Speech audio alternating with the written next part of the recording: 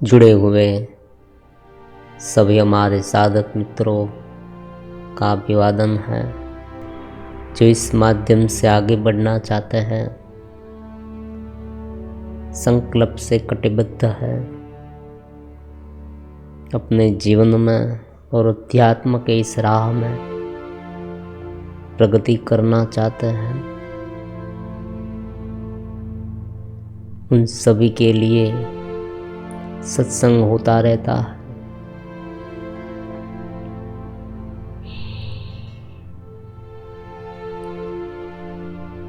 एक प्रश्न ऐसा मिला, उन पर आज चर्चा करेंगे। मुझे परमात्मा के, भगवान के कोई एक स्वरूप का अनुभव करना है, उसे अपनी आँखों से देखना है।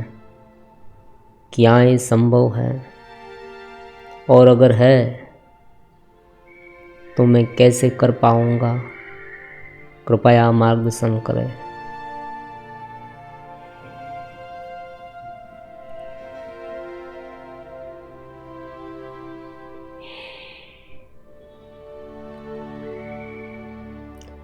ये अध्यात्म का मार्ग रहस्यमय है। साधक जितना भीतर जाएगा उतना पाएगा, उतना उलझेगा भी। अगर ठीक तरह से मार्गदर्शन नहीं तो वो उलझेगा भी, लेकिन अगर सही दिशा है तो धीरे धीरे करके वो अपने गंतव्य स्थान पर अवश्य पहुंचेगा। चित्त स्थिति, चेतना की अनुभूति, जो सार्वत्रिक ब्रह्म है, जो परमात्मा है, जो भगवान है, जो कण कण में व्याप्त है, विद्यमान है, हमारे शरीर में अलग अलग घेरे के कारण अलग अलग दिख रहे हैं। ये सब जो ज्ञान है वेदांत का, इनके बारे में बहुत कुछ हमने समझ लिया। आज ये समझने की कोशिश करेंगे कि साकार रूप में क्या भगवान हमें दर्शन देते हैं। ये साकार रूप क्या है? साकार और निराकार, जिनका कोई एक आकार है, वो साकार है। एक सरल व्याख्या। और जिनका कोई आकार नहीं, फिर भी वो विद्यमान है, वो निराकार है। साकार में सभी प्रकार की मूर्तियां, मंत्र आ जाते हैं। मंत्र रूप परमात्मा है। हम भगवान की अलग अलग मूर्तियों की उपासना करते हैं। माँ देवी की उपासना करते हैं। भगवान के अलग अलग रूप, सौम्य स्वरूप, उग्र स्वरूप, ये भी हो सकता है। सौम्य स्वरूप के परमात्मा भी है, और जो उग्र स्वरूप माँ काली, जो असुरों का नाश करती है। जब व्यक्ति अध्यात्म की राह में अपना पहला कदम रखता है तो इस साकार के माध्यम से रखता है, क्योंकि उसे पता नहीं है कुछ भी। वो ज्ञान से कुछ भी नहीं जानता है कि मेरे भीतर चेतना, बाहर चेतना, जो अनुभव करता, ये सब जो गहन ज्ञान है, उनका अनुभव भी उसे नहीं है और शाब्दिक ज्ञान भी उसे नहीं है। सबसे पहले वो भगवान की मूर्ति को देखता है। ये मूर्त विग्रह, ये परमात्मा है, ये भगवान है। बचपन से यही बात सिखाई गई है। छोटे बच्चे को हम बताते हैं कि देखो ये भगवान है, उनको नमस्कार करो। अगर वो प्रसन्न हो जाएगी तो तुम्हें ढेर सारे खिलौने देगी, चॉकलेट देगी, और अगर वो रूठ जाएगी, तुम पढ़ाई नहीं करोगे तो वो रूठ जाएंगे और तुम्हें मारेंगे भी। तो इस तरह से एक प्रकार का प्रलोभन और एक प्रकार का भय, ये दोनों माध्यम से हम परमात्मा को पहली बार स्वीकार करते हैं।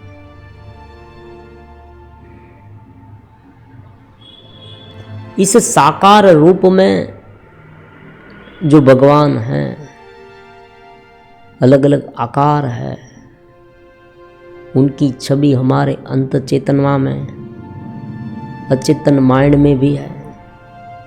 लंबे समय से हमने उसे देखा है, हम उनकी उपासना करते हैं, उनकी पूजा करते हैं, उनके मंत्र का जाप करते हैं। अब प्रश्न ये उठता है, और हर एक भक्त की ये इच्छा होती है कि जो स्वरूप का वो उपासना करता है, जो स्वरूप की, वो उनके सामने प्रकट हो। रामकृष्ण परमहंस का नाम हमने सुना होगा। माँ जगदम्बा उनके साथ बात कर रहे, ऐसी बात हमने बहुत बार सुनी होगी। उनके जीवन चरित्र में भी यही बात बताई गई है कि माँ काली साक्षात उनके साथ वो बात करते थे। तो ऐसे बहुत सारे संत महात्मा भक्त हो गए हैं कि जिसको साकार स्वरूप में इस परमात्मा ने दर्शन दिया है। तो बात क्या है, क्या हम ऐसा कर सकते हैं? सबसे पहली बात ये समझनी है कि जो साकार स्वरूप में परमात्मा है, वो स्वरूप कोई केवल मूर्त नहीं है। ये मानना सबसे महत्वपूर्ण है। जो हमने साकार स्वरूप में भगवान लिया कि भगवान का ये आकार है, मान लीजिए परमात्मा श्री कृष्ण, तो कृष्ण के बहुत सारे रूप हैं।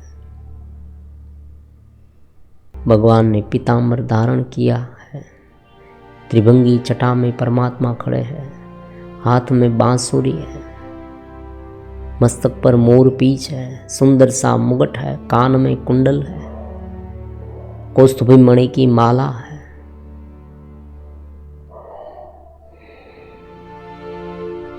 उनका नाक, उनका मुख, मुखारविंद तेज से भरपूर है। वो श्याम स्वरूप है।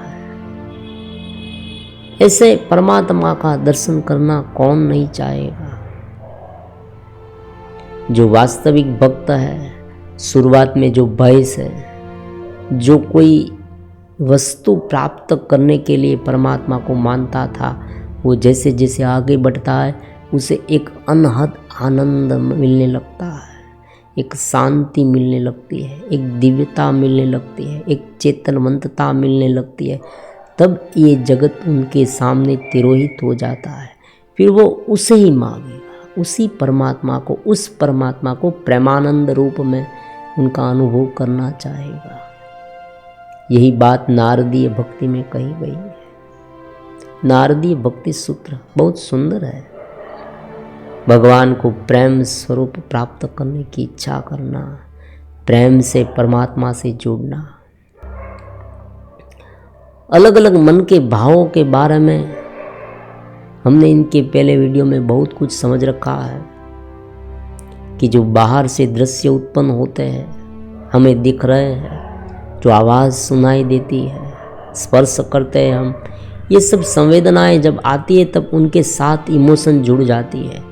अब अलग अलग जो इमोशन है उसे समझने की कोशिश करें तो ये पूरी बात हमें समझ में आ जाएगी। जब हमारे सामने दृश्य होता है तब कौन सी इमोशन हमारे मन में उत्पन्न हो रही है, कौन सी भावना प्रकट हो रही है। जब घेरे का कोई दृश्य है, कोई दृश्य वासना उत्पन्न करने वाला है, तो जैसे ही वो दृश्य दिखे मन में वासना उभरने आने लगती है।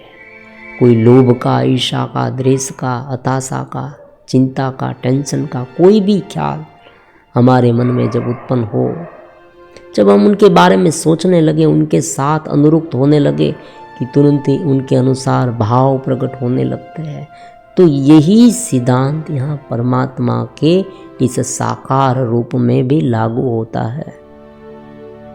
जैसे ही परमात्मा ब्रह्म परम चैतन्य प्रकट स्वरूप निराकार अनंत सर्वशक्तिमान सर्व के हितों का रक्षण करने वाला परम दयालु, ये दिव्यमान और चेतनवंत परमात्मा जब हमारे सामने है, जब हम उनका अनुभव कर रहे हैं, हम उन्हें देख रहे हैं इस आंखों से, सबसे पहले मन की आंखों से देखते हैं।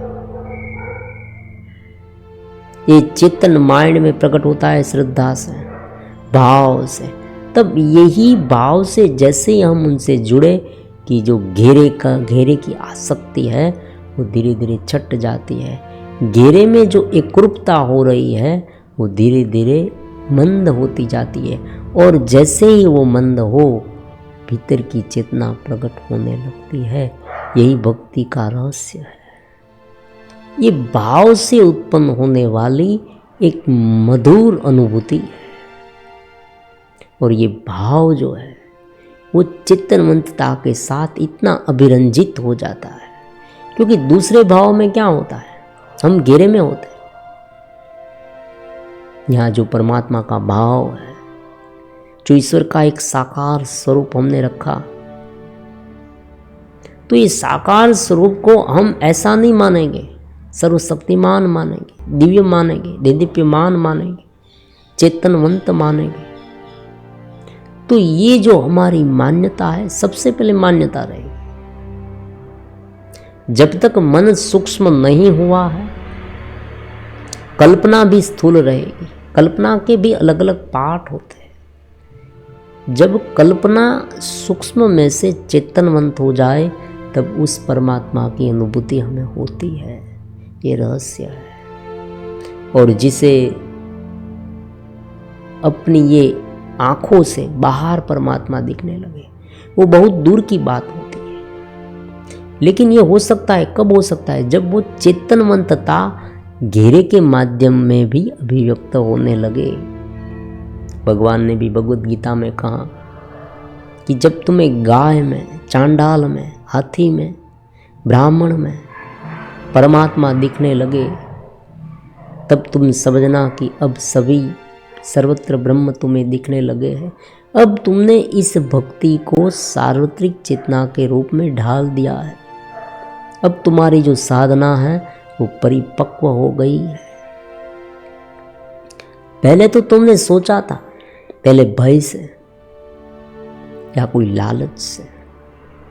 देखो, ये कोई इतनी जल्दी नहीं होता।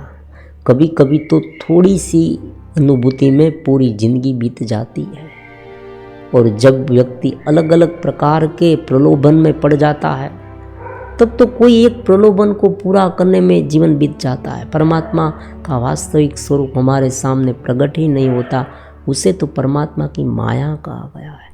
भक्ति में उसे माया कहा गया। ये लीला है परमात्मा की। लीला इसलिए है कि अलग अलग प्रलोभन है, इंद्रिय के विषय है, अलग अलग मन के भाव है, सोच है, ये जगत है। जगत के साथ इतना आसक्त रहता है जीवात्मा कि कोई भी एक प्रलोभन में अगर वो पड़ जाए तो अपनी पूरी चेतना वहां लगा देता है। बात यही है। हमारे पास बहुत बड़ा बैंक बैलेंस है, मान लीजिए, और हम कोई एक ऐसी वस्तु पर आसक्त हो गए, मान लीजिए कोई स्त्री पर कोई व्यक्ति आसक्त हो गया, तो वो उनमें सब कुछ लगा देगा। कोई मौज शौक की चीज वस्तु में वो आसक्त हो गया, मुझे ऐसा बड़ा बंगला बनाना है, तो वहाँ लगा देगा। अगर वो ईर्ष्या में आसक्त हो गया तो दूसरे व्यक्ति को पायमाल करने के लिए, दूसरे व्यक्ति को किसी भी तरह से इतना नीचा दिखाने में वो अपनी सारी संपत्ति लगा देगा। मैं उसे बर्बाद कर दूं।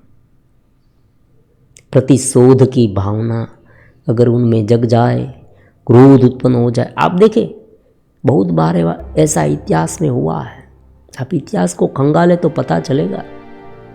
ऐसे बहुत सारे राजा महाराजा थे जो अपने शत्रु को बिना कारण केवल ईर्ष्या से भी मार देते थे, उनका राज्य लूट लेते थे। तो कहने का मतलब क्या है कि कोई एक घेरे में जब हमारी ये चेतना फंस जाती है, तब परमात्मा का जो रूप है, चेतनवंतता है, दिव्यता है, वो हमें अनुभव में नहीं आती, वो ढक जाती है। जैसे बादल में सूर्य ढक जाता है, उसी तरह से ये परमात्मा का दिव्य आविर्भाव हमारे सामने प्रकट नहीं होता।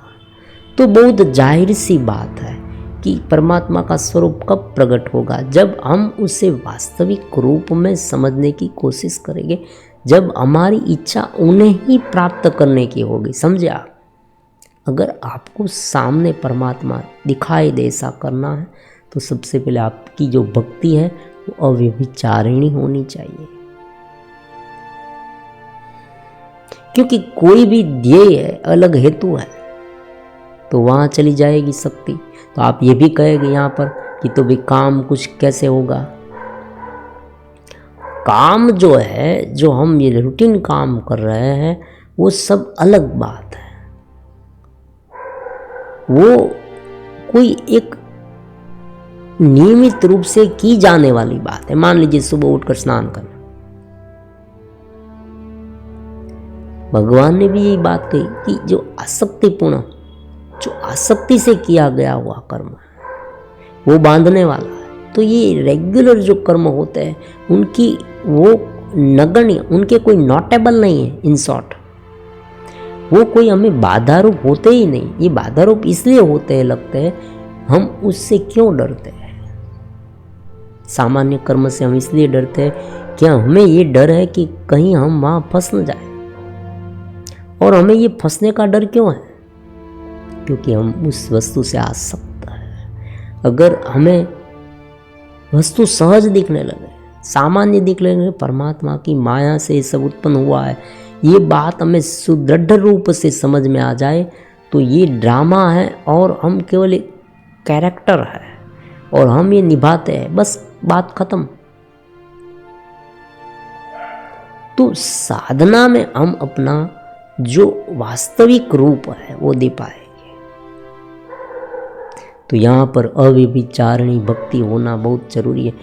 कम से कम साधना के लेवल पर, जो अध्यात्म के लेवल पर जो व्यक्ति कुछ करना चाहता है, साकार रूप में हो या निराकार रूप में, जो साक्षी भाव में रहकर परमात्मा की अनुभूति करना चाहता है या कोई स्वरूप की अनुभूति करना चाहता है, दोनों को एक बात तो समझनी है कि इस जगत के सारे जो विषय है, जो क्रियाकलाप है, जो कुछ उनके सामने घटित हो रहा है, जो सामने दिखाई दे रहा है, जो उनके साथ कनेक्ट हुए लोग हैं, उन साधन संपत्ति है, वो सारी साधन संपत्ति केवल एक अवधि की मान लेनी है, एक माया की मान लेनी। उनके बारे में सोचना, मतलब कि जो चेतना है उनके माध्यम से वो ज़्यादा प्राप्त हो जाए, ऐसा अगर सोचेंगे तो जो रूप हमें दिखाई देने वाला है, जो परमात्मा हमें अनुभव में आने वाले हैं, वो उस तरह के नहीं होंगे,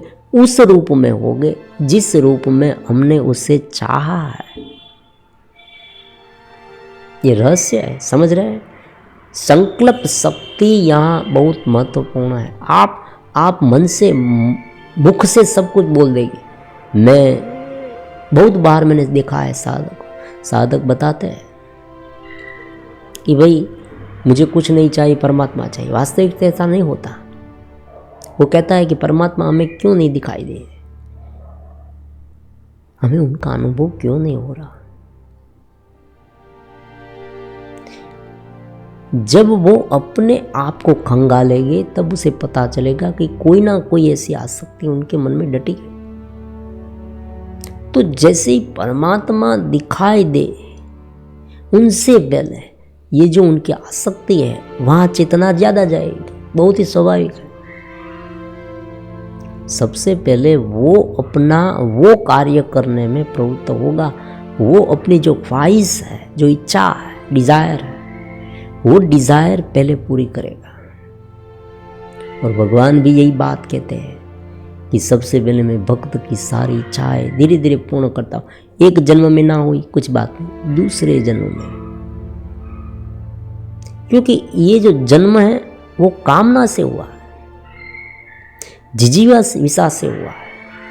हमें जीवन जीने की इच्छा है, हमें शरीर की इच्छा है, शरीर का मोह है, शरीर को भुगतने की इच्छा है, साधन संपत्ति की इच्छा है, कुछ भी इच्छा हो सकती है।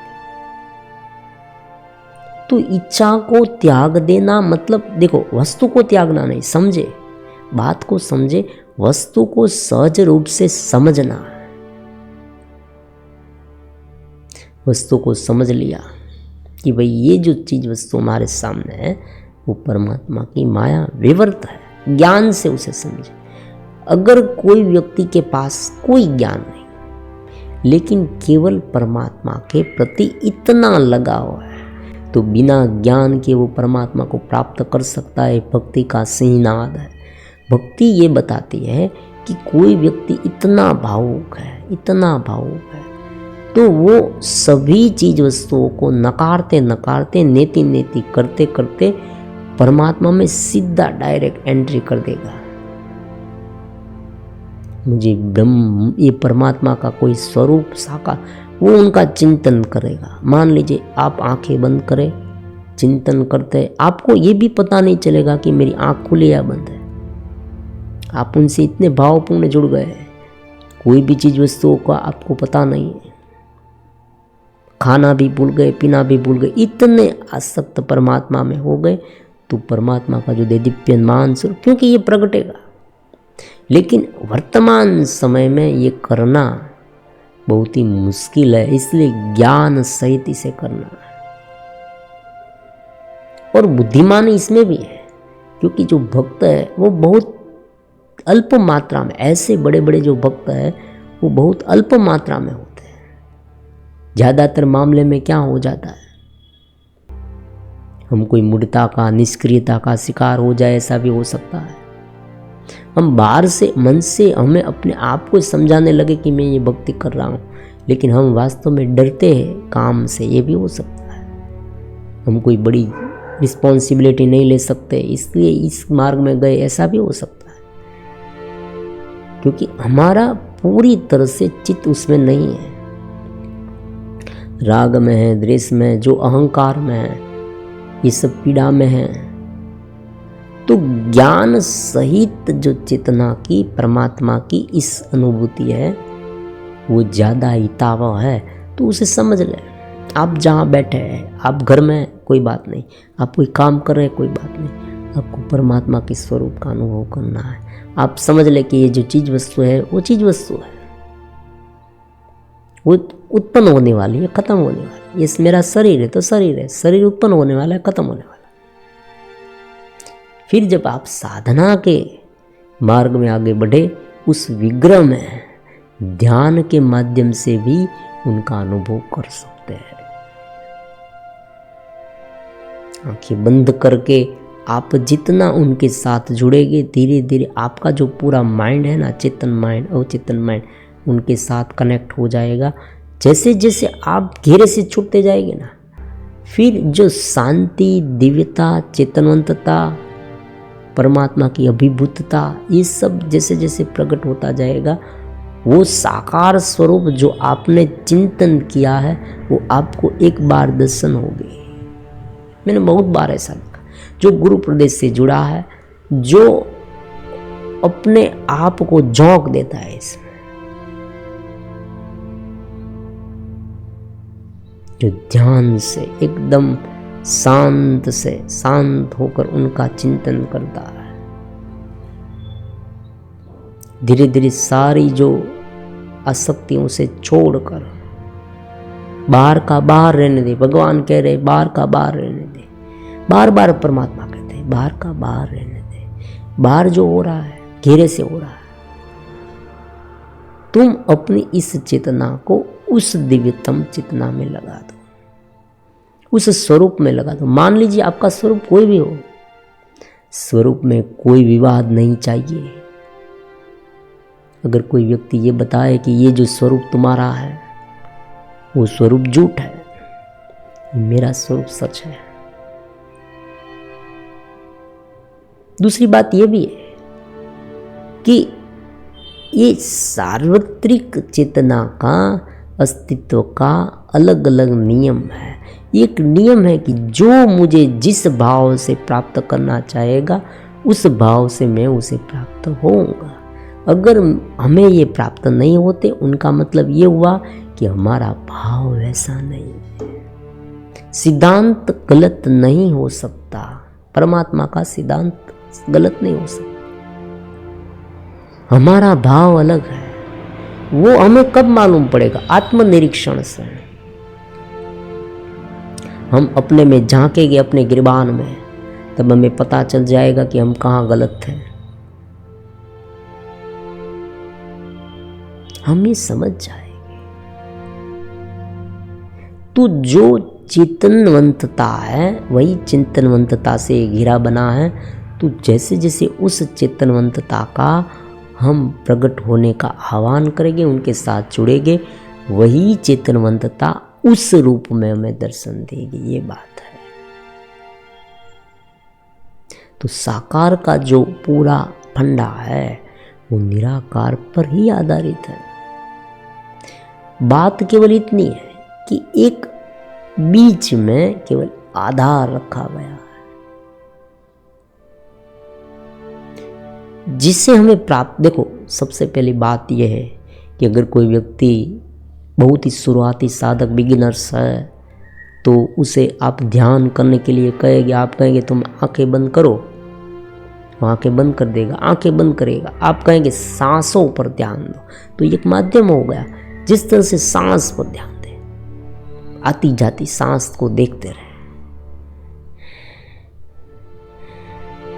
तो ये करने का मतलब क्या है? आती जाती सांस को क्यों देखना है? बात केवल इतनी सी है कि जो बिखराव है, समझा? फिर से बता देते, जो बिखराव है, जो चेतना अलग अलग माध्यम में बिखर गई है, उसे एक रूप करना, एकाकार करना है। सांस पर ध्यान देगी तो धीरे धीरे धीरे धीरे जो चलते विचार है उनके साक्षी होते जाएंगे।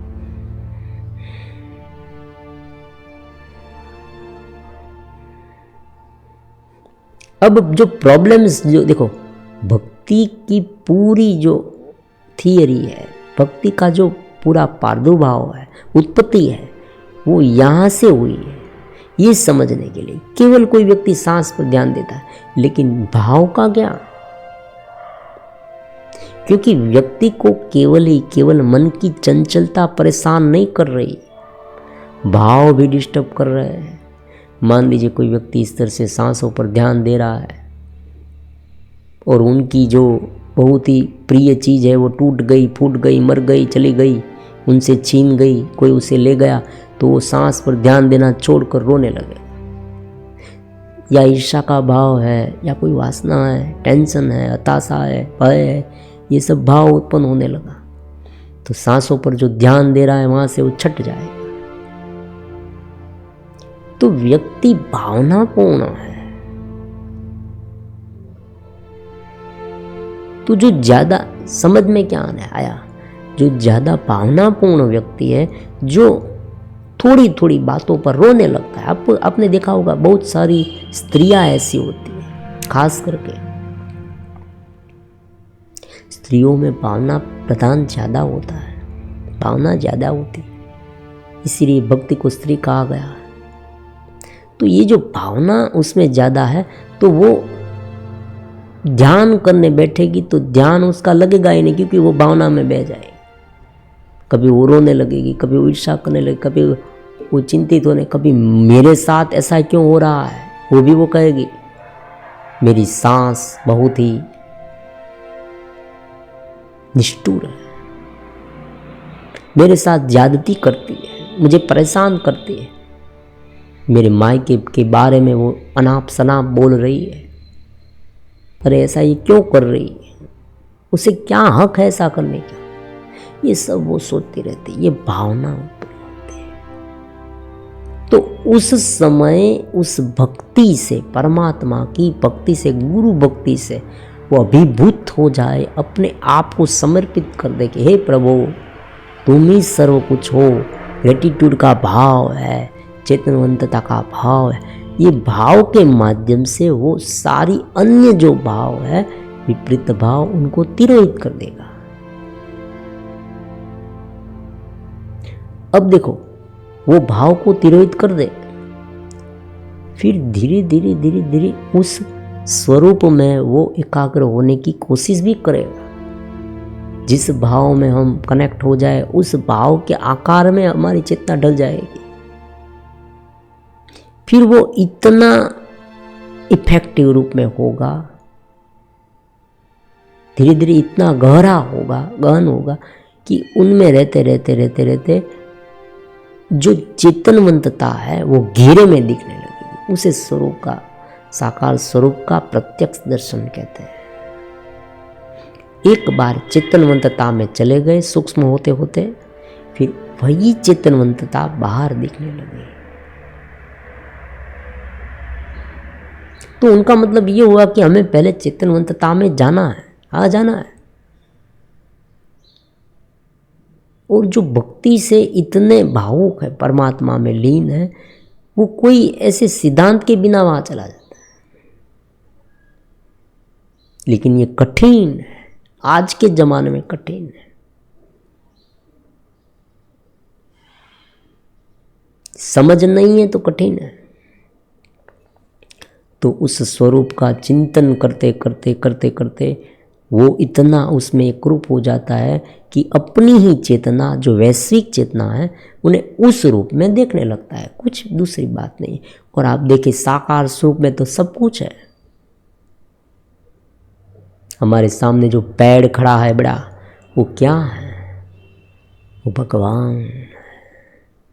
पेड़ में परमात्मा दिखेगी।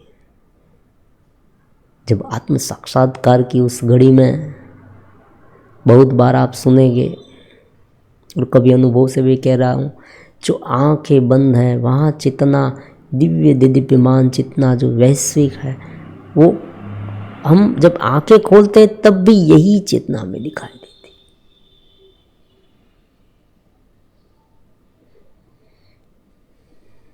और यहाँ कोई संकुचित भाव से नहीं, ये भी है, ये भी महत्वपूर्ण है। विशालतम भाव से दिखाई देती है।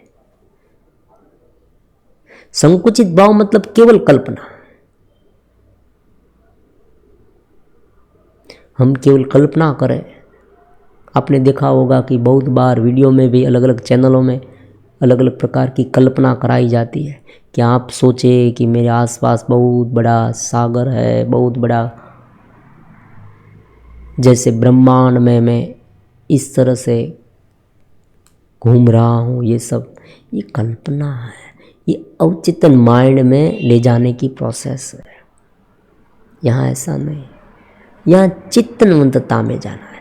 उस चित्तनता में शब्द भी नहीं, फिर भी निरसता नहीं। समझा? दो पद्धति, दो अनुभव है। एक अनुभव ऐसा है कि व्यक्ति हताश हो जाता है, तब शून्य हो जाता है, उसे कुछ सूझता नहीं, क्या करो वो कुछ मालूम नहीं, दुखी दुखी हो जाता है। और एक स्थिति ऐसी है कि जो पूरी तरह से अभिभूत है, पूरी तरह से चेतनवंत है, वो अपने स्वरूप में इतना लीन है कि कार्य उनसे ठीक होता है। समझा? उसे मुझे ये करना है, वो करना है, ऐसे ख्याल चले जाते हैं, लेकिन कार्य तो उनसे होते हैं। जो अपनी इस चेतनवंतता को बाहर प्रकट करता है, उनसे कार्य होते हैं। तो इस स्वरूप का जो आप स्वरूप मानते हैं,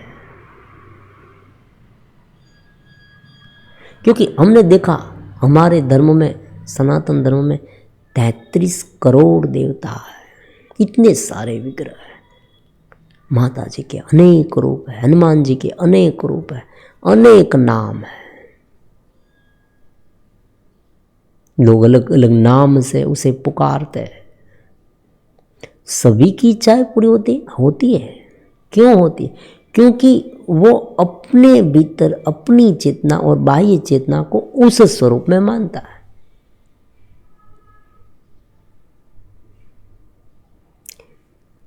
कोई एक राजा है, उस राजा को उनकी जो प्रजा है वो अलग अलग रूप में मानने लगे।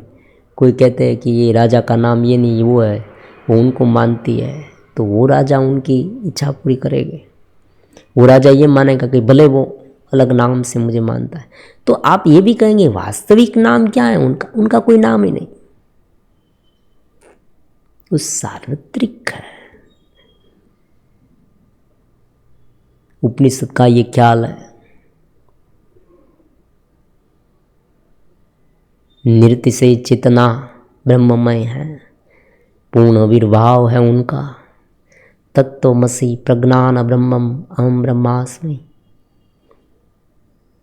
ये महावाक्य है। उनके माध्यम से एक स्पष्ट बात उपनिषद हमें बताते हैं कि ये जो पूरा जगत है वो ब्रह्म में निहित है।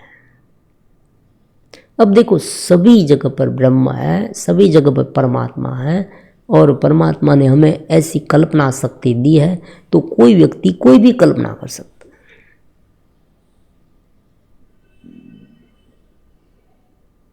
कल्पना के साथ भाव जुड़े हैं। भाव के आधार पर वो जो कल्पना करेगा वो भाव में इतना गिरता जाएगा कि दूसरे घेरे को भूलता भूलता वो उस भाव में कृप होता, अपनी चेतना को, परमात्मा की सार्वत्रिक चेतना को उस रूप में देखेगा। सीधी सी बात है। जितनी वो गाढ़ होगी उतना उसे स्वरूप उनका जो है परमात्मा का वो क्लियर दिखाएगा। लेकिन एक बात समझे, रामकृष्ण परमहंस का जीवन चरित्र अगर जिसने पढ़ा है बहुत ही बारीकी से, उसे पता है कि उसने समझा कि माँ जगदम्बा का स्वरूप मुझे दिखाई दिया, लेकिन तुरंत ही मुझे ब्रह्मभाव की अनुभूति भी हुई, निराकार की अनुभूति भी हुई। और फिर से एक बार जब मुझे उसकी अनुभूति हुई, तब दूसरी बार अनुभव करने में मुझे बहुत प्रॉब्लम्स हुआ। क्यों? क्योंकि जब हमारी कल्पना शक्ति भावना के साथ घिर के चेतना के लेवल पर इतना ऊपर उठने लगती है, इतना ऊपर उठने लगती है, और एक बार क्षणिक रूप में उनका अनुभव हो जाए, फिर वही भावना और वही कल्पना शक्ति का जो मापदंड है वो उतने मात्रा में करना बहुत मुश्किल होता है।